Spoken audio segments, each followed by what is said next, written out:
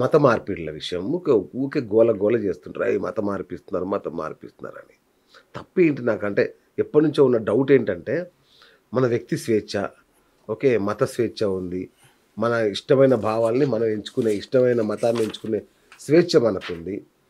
డబ్బులిచ్చి మతం మారితే ఏంటి? డబ్బులు ఇయ్యకుంటే మతం మారితే నీకేంటి? అసలు దీని మీద ఎందుకు ఇంత గొడవ జరుగుతుంది? నీవు మొదట ఒక మతంలో పుట్టి ఉంటావు. హ్మ్. కొంతకాలం ఆ మత యొక్క సాంప్రదాయాలు పద్ధతులను పాటించి ఉంటావు. నీ తల్లిదండ్రుల రక్తం నీలో ప్రవహిస్తూ ఉంటుంది. నీకు ఒక ఇంటి పేరు ఉంటుంది. ఇప్పుడు ఏమవుతుందంటే మతం మార్చడం వల్ల మీ మతం మార్పు చేసుకోవడం వల్ల ఒక కన్ఫ్యూజన్ స్టేట్ ఆఫ్ మైండ్ వస్తుంది.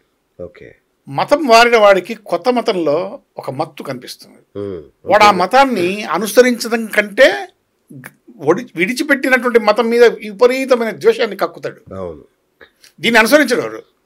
కరెక్టే. వారికి ఈ మతం మారాడు, ఆ మతాన్ని పద్ధతిగా అనుసరిద్దాం, ఆ మతంలో ఉన్నటువంటి సాంప్రదాయాలను పాటిద్దాం అనేటువంటి ఆలోచన కంటే కూడా వదిలేసిన మతాన్ని తిట్టుకుంటూ కూర్చోవడమే వాడి జీవిత పరమావధి.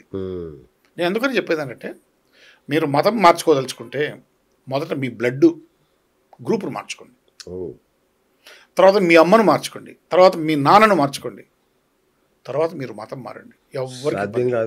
ఎవరికి ఇబ్బంది లేదు.